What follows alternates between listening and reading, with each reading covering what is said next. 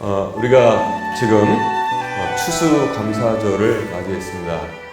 많은 크리스찬들이 추수감사절의 기원을 청교도들이 믿음의 자유를 찾기 위하여 조그만 배를 네덜란드 항에서 사서 102명이 갔던가요? 102명이 그걸 타고 대서양을 건너갔습니다. 그러니까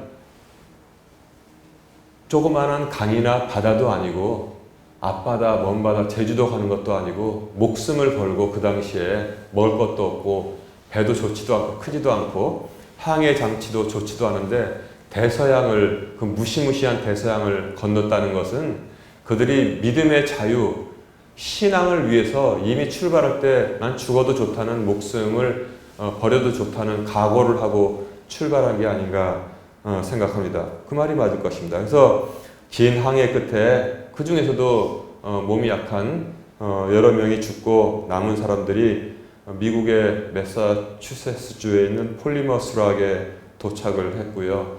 거기에 내려서 그 척박하게 지금 아무것도 없잖아요. 거기서 땅을 개간하기 시작했고, 그 다음에 미국하고 북미와 남미에 그 청교도들이 가서 정착한 다음에 태도는 달라요.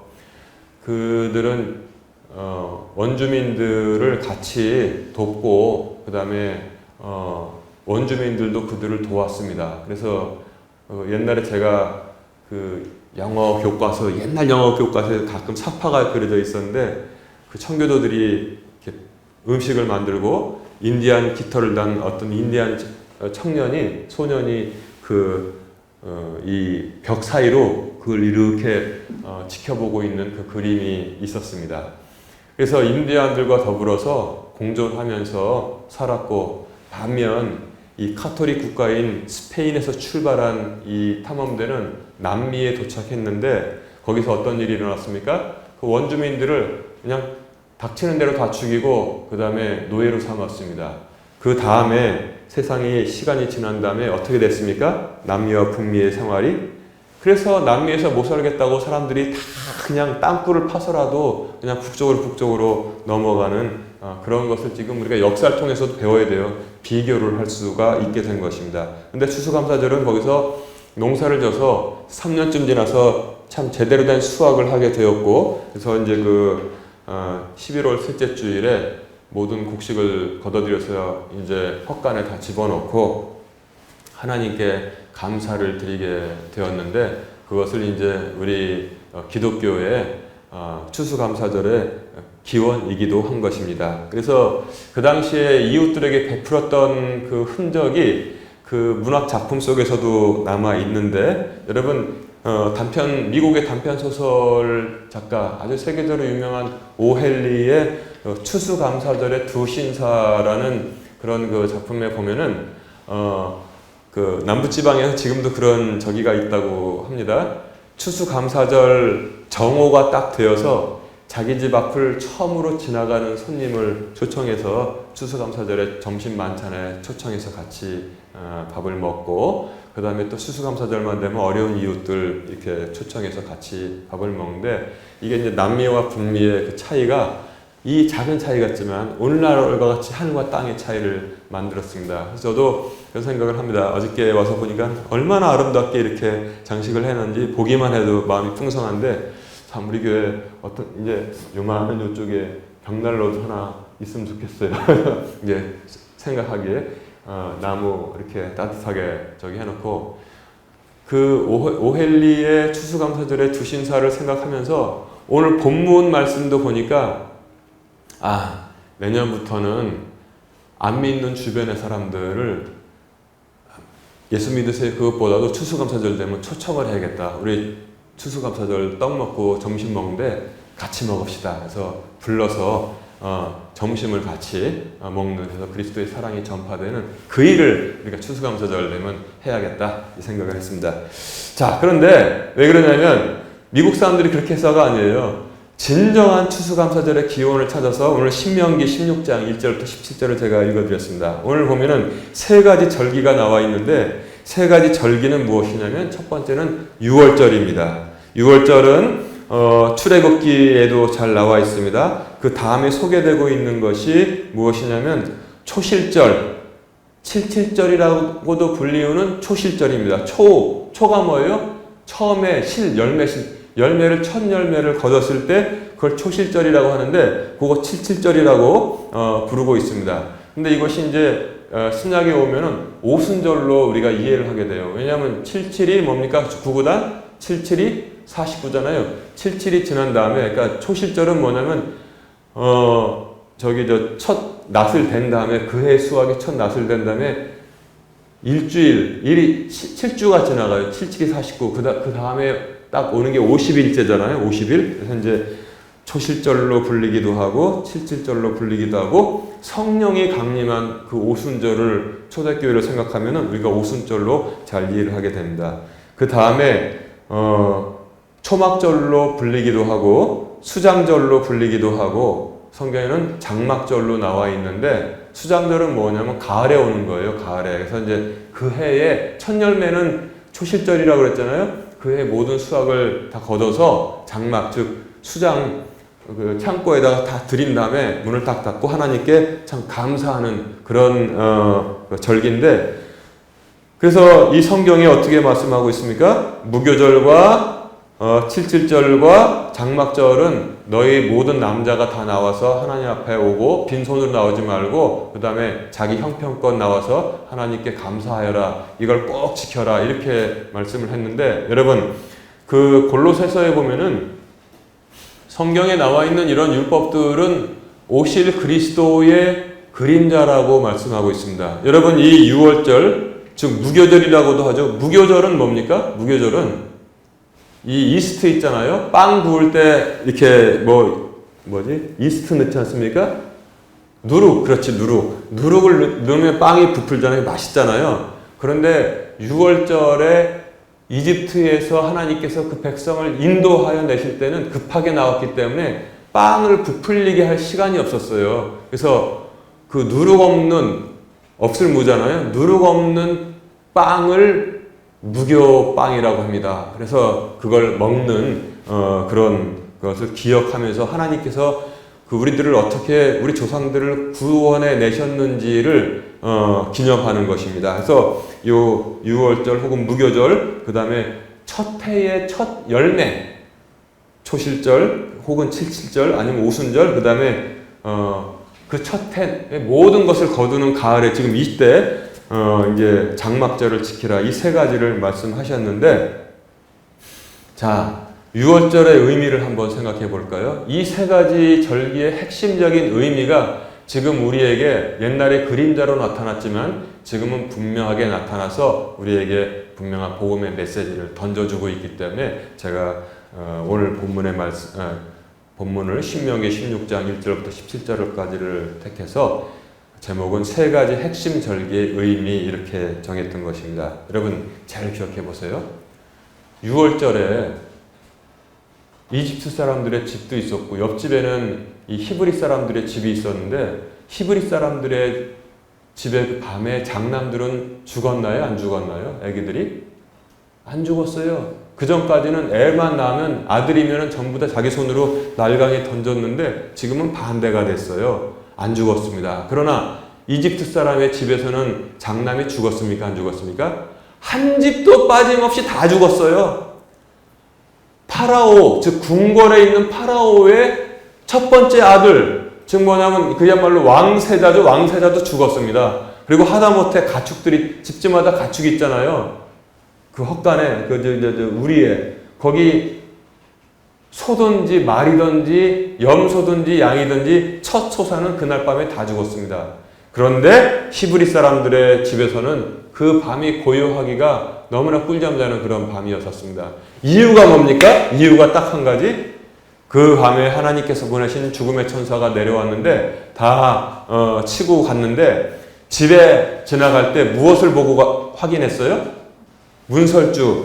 문설주에 바른 어린 양의 피, 어린 양의 피를 보고 6월 넘어갔다는 거예요. 그 집은 넘어갔습니다. 이게 바로 예수 그리스도께서 십자가에서 피를 흘리시고 우리가 그것을 믿음으로 말미암아 우리가 뭐 나을 게 뭐가 있겠어요. 그런데 심판의 때에 주님께서 우리를 넘어가신다고 말씀하고 있는 것입니다. 그래서 주님께서 십자가를 지시러 예루살렘에 올라갔을 때 그때 절기가 무슨 절기였습니까?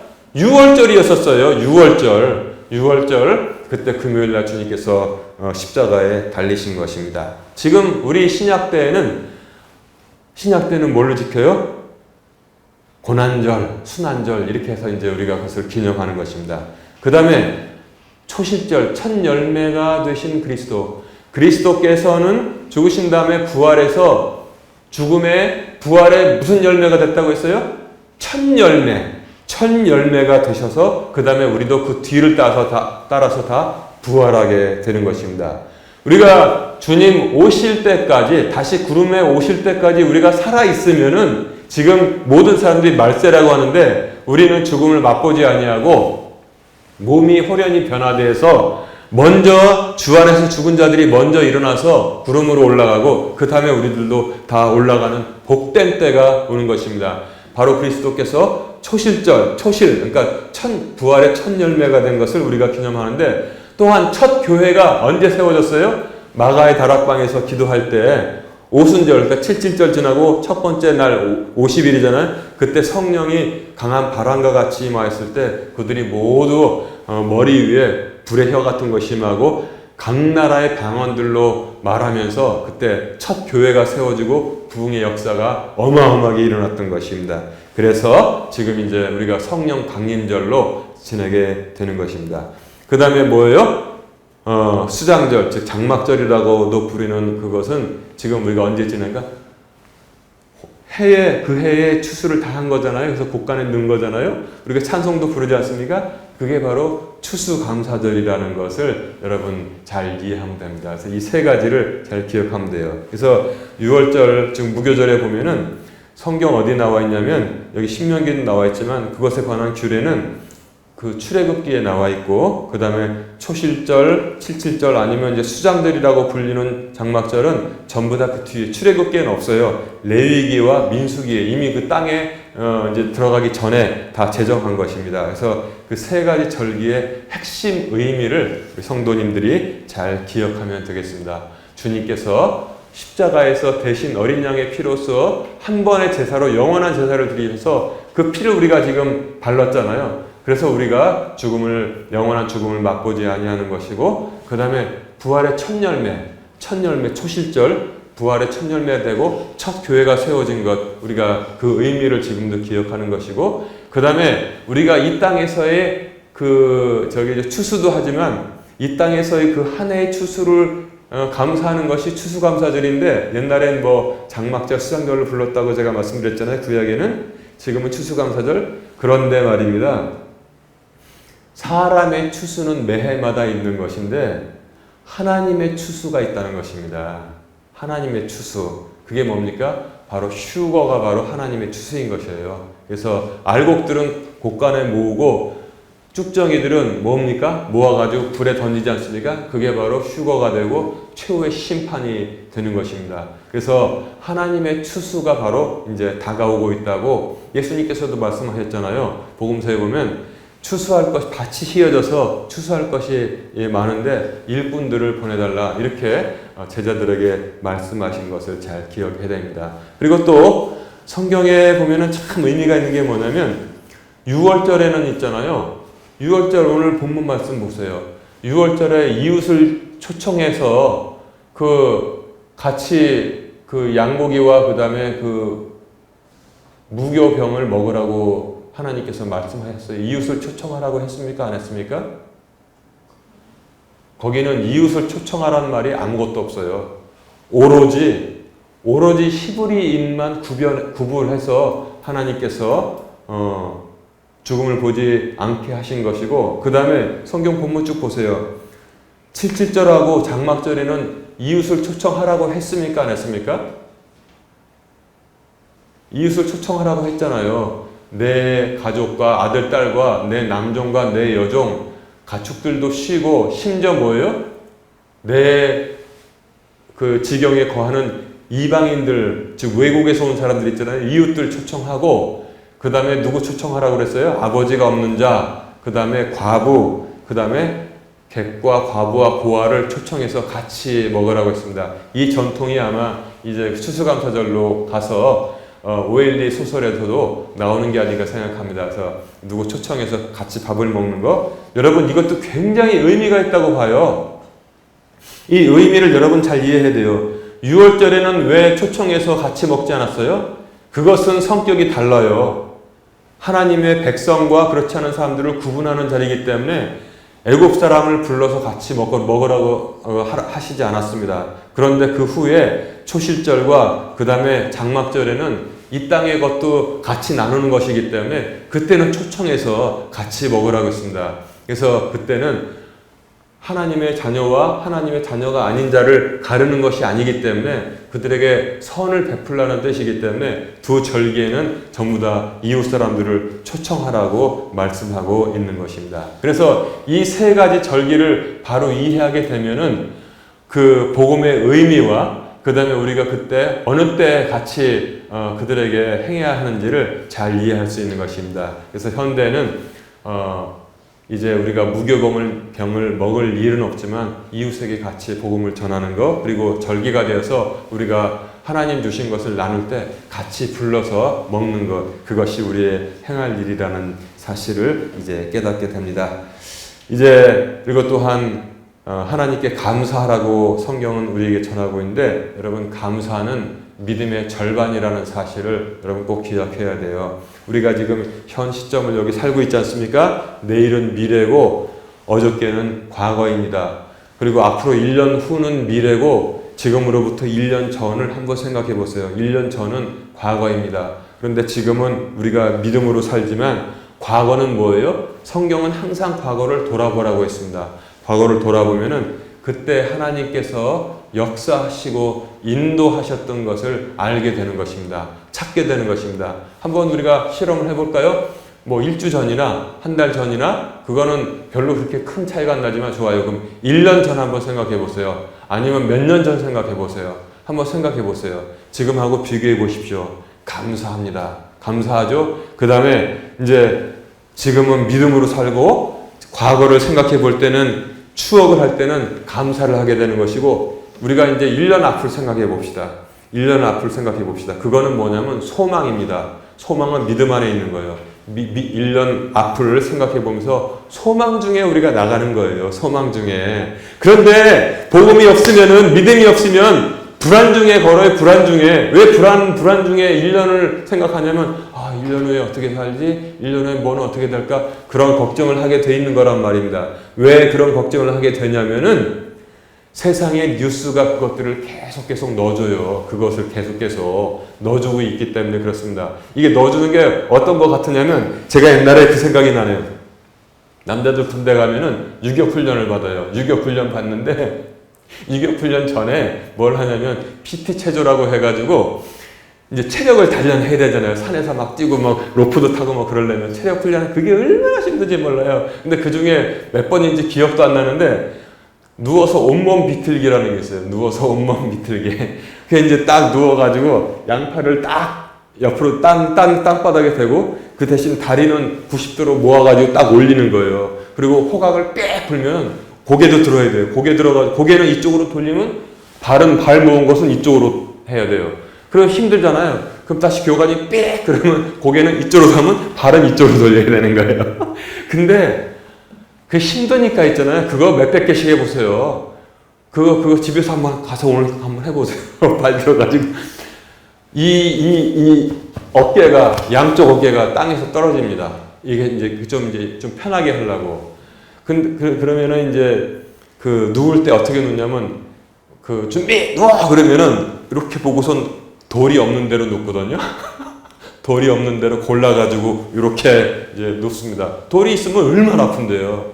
근데 이 어깨가 들리니까 분명히 나는 돌 없는 데 누웠는데 돌이 계속 나를 찌르는 거야. 힘드니까 눈 감고서 이러고 있는데 눈 뜨고서 이렇게 보니까 세상에 조교가 옆에 와가지고 돌을 계속 발로 차가지고 밀어놓고 있는 거야.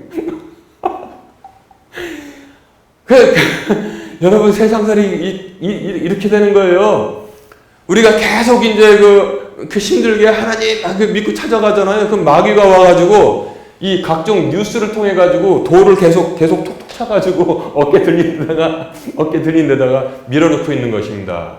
그래서 우리가 고난을 당하고 걱정을 하는 거예요. 성경은 계속 말씀하고 있습니다. 내일 일을 염려하지 말라 그랬어요. 내일 일을 염려하지 말라.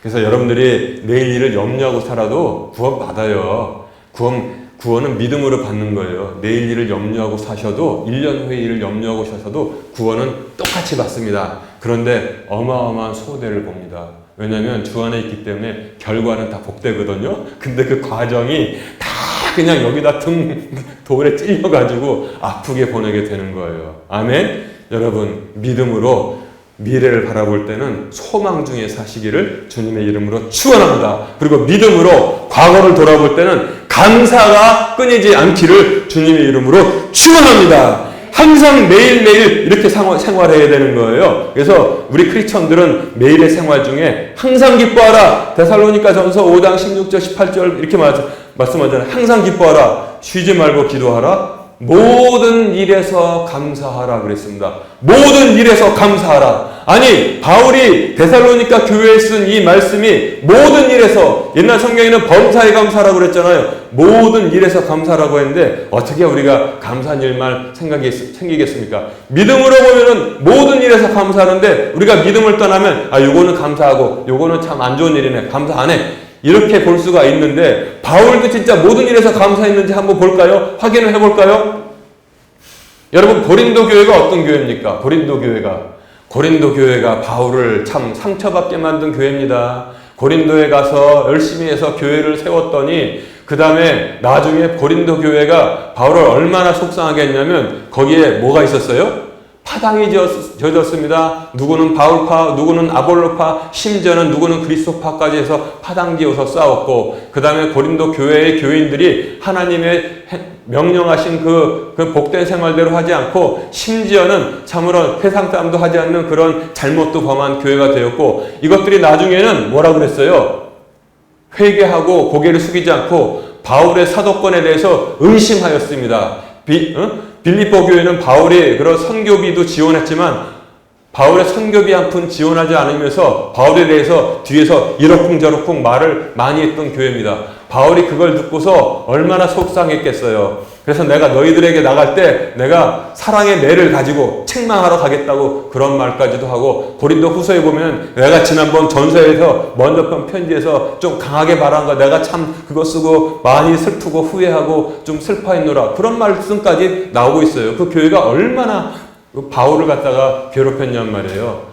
그리고 또 바울에 대해서 뭐라고 말했냐면은 사도권이 있냐? 예수님의 제자도 아닌데 무슨 바울이 사도냐? 그래서 바울이 나중에 뭐라고까지 말했어요. 내 몸에 그리스도의 그 흔적, 가시의 흔적을 가지고 있다, 이렇게 말했고, 내가 사도가 아니겠느냐? 내가 상층천에까지 올라갔다 왔다, 이렇게 자기 자신을 변호했는데 얼마나 마음이 상했겠어요. 그런데 바울이 모든 일에서 감사하라고 했는데 진짜로 감사했을까요? 모든 일에서 감사했더라고요. 보니까 고린도 전서 그 말썽 많은 교회에 편지를 썼는데 고린도 전서 1장 4절에 보니까 이렇게 써 있어요. 예수 그리스도를 통하여 너희에게 주신 하나님의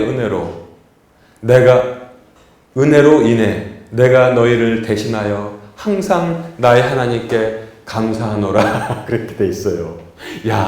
아니 빌립보 교회를 생각할 때 감사하는 건 우리가 이해하잖아요. 그런데 고린도 전서 1장 4절을 보니까 예수 그리스도를 통하여 너희에게 주신 하나님의 은혜로 인해 내가 너희를 대신하여 항상 나의 하나님께 감사하노라, 이렇게 말씀하고 있는 거예요. 아니 이 교회가 뭘 그렇게 바울에게 감사거리를 줬다고 솔직히 말해서 속상하게 만드는 교회였었는데, 그것도 어떻게 표현했어요? 너희를 대신하여 항상 나의 하나님께 감사하노라. 그 말썽꾸러기들 대신해서 감사할 게 뭐가 있어요? 그래서 데살로니가 전서 5장 18절에 모든 일에서 감사하라는 그 말씀이 이게 그냥 하는 말이 아니라 진짜로 모범을 보인 바울의 그런 실제적인 말씀이구나, 이렇게 제가 생각을 했습니다. 여러분, 모든 일에서 감사하십시오. 우리의 믿음으론 힘들 때도 있을 거예요. 그러나 모든 일에서 이 말씀 기억하고 감사하시기 바랍니다. 감사는 믿음의 절반입니다. 우리는 지금 믿음 생활하고 아까 말씀드린 것처럼 과거를 회상할 때는 감사해야 되고 미래를 바라볼 때는 소망 중에 살아야 될 줄로 믿습니다. 그리고 또한 감사하지 않는 것은 죄악이라고도 로마서는 말씀하고 있어요. 감사가 믿음의 절반이기 때문에 감사하지 않으면 죄악이니라. 로마서 1장 21절에 보면 그들이 하나님을 알되 그분을 하나님으로 영화롭게 하지도 아니하고 감사하지도 아니하며, 이게 바로 죄된 모습들이 있는 거예요. 그러니까 우상 세우고 하나님께서 그들도 내팽겨 두셔서 남자가 남자끼리 부끄러운 일을 하고 여자가 여자끼리 부끄러운 일을 하는도다, 이렇게 지금 로마서가 말씀하고 있잖아요. 죄의 열매가 그렇게 나타나는 거잖아요. 그런데 여기 보니까 죄가 어떻게 시작됐냐면 로마서 1장 21절에 보니까 그들이 하나님을 알되 그분을 하나님으로 영화롭게 하지도 아니하고 감사하지도 아니하며, 하나님을 아는데 감사하지 않는 것은 죄라고 로마서가 지금 말씀하고 있는 것입니다. 또한 그리고 이 감사를 하게 되면 믿음이 온전하게, 왜냐하면 반쪽이 딱 채워졌으니까 믿음이 온전하게 되는 것입니다. 아까 제가 예배 시작할 때 예배를 부르는 말씀으로 읽었던 그 말씀, 누가복음에 있는 말씀, 10명의 문둥병자가 있었습니다. 그들의 공통점은 무엇이냐면 문둥병자라는 공통점이 있었습니다. 또 하나의 공통점이 있었습니다. 무엇입니까? 전부 다 사회에서 추방돼서 도성에 들어오지도 못하고 비참하게 살고 있었습니다. 또 공통점이 있었습니다. 무엇입니까? 간절하게 이 문둥병을 치유받기를 원했던 공통점을 가지고 있었습니다. 그들이 예수님이 지나간다는 소식을 듣고 주여 주여 우리를 불쌍히 여겨주시옵소서 소리를 질렀습니다. 그때 주님께서 그들을 불쌍히 여기시고 가서 제사장에게 너희 몸을 보여라. 낫다는 증거도 없었는데 그때 제사장에게 뛰어갔습니다. 왜? 그가 무엇을 명하시든지 그가 너희에게 시키는 대로 하라. 가나 혼인잔치에서 마리아가 뭐라고 했습니까? 저기 물 부어라고 했더니 무엇을 시키든지 그가 명하는 대로 하라. 그대로 행했을 때 물이 포도주로 변하는 기적이 일어났잖아요. 이 문둥병자들도 그런 믿음이 있었던 것 같아요. 무엇을 명하든지, 제사장이 갔다가 그대로 문둥병 났으면 어떤 맞을 텐데, 그거 듣고 무엇을 명하든지 그대로 행했단 말이에요. 뛰어가면서 마치 맛없는 물과 같은 그들의 육신이 이 세상에서 가장 맛있는 포도주로 변한 것처럼 새살이 돋았고 완전하게 치유가 됐던 것입니다. 믿음으로 그렇게 변화가 됐어요. 그런데 어떻게 됐습니까? 9명은 우와 탄성을 지르고 전부 다 자기 친구 집으로 다 뛰어갔습니다. 근데 그 중에 한 명이 뭐예요? 거룩한 유턴을 한 거예요. 이거는 거룩한 유턴입니다. 구원을 이루게 만드는 거룩한 유턴이 되는 것입니다. 우리가 길거리에서 그냥 이렇게 화살표 받고 하는 유턴이 아니에요. 가다가 나은 걸 알았잖아요. 깨닫게 됐잖아요. 거룩한 유턴을 해서 예수님께로 다시 뛰어왔습니다. 가족도 안 만나고 친구도 안 만나고 도성으로 들어가지도 않았습니다. 먼저 주님께 무릎을 꿇었습니다. 나머지 9은 어디 갔느냐? 10명이 치유받지 않았느냐? 나머지 9은 어디 갔느냐? 가라. 내 믿음이 너를, 옛날 성경엔 구원하였느니라 하는데 지금 성경은 내 믿음이 너를 온전케 하였느니라 이렇게 말씀했습니다. 지금 번역이 좀 더 이 논리에 맞는 것 같아요. 왜냐하면 믿음이 다 있었잖아요. 믿음이 있어서 뛰어갔지 않습니까? 그런데 믿음이 너를 더 온전하게, 이제 영과 혼과 육이 온전하게 만들었다. 이렇게 주님께서 말씀해 주셨습니다. 여러분, 감사의 그런 귀한 의미가 숨겨져 있다는 사실을 잊으면 안 되겠습니다. 그래서 아까 제가 이제 말씀 정리합니다. 3가지 핵심 절기, 그때는 너희의 온 남자들은 다 나오라고 주님께서 말씀하셨는데 여자들은 뭐냐? 그거는 우리가 좀 감안하고 이해를 해야 될 것 같아요. 그 당시 사회를 감안하고. 근데 또 중세 유럽에서는 또 반대로 됐었어요. 반대로. 남자들은 교회 안 가요.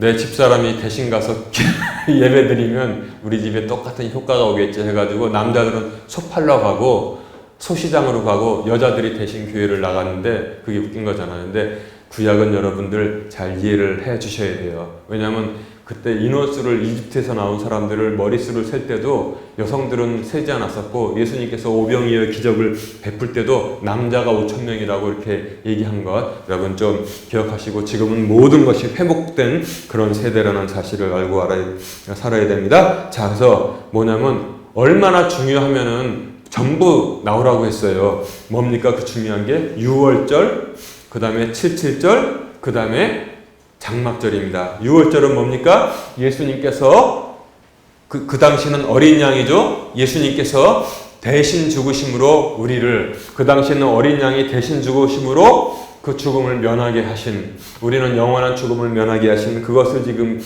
기억하게 하는 것이고 그 다음에 77절은 무엇입니까? 부활의 첫 열매.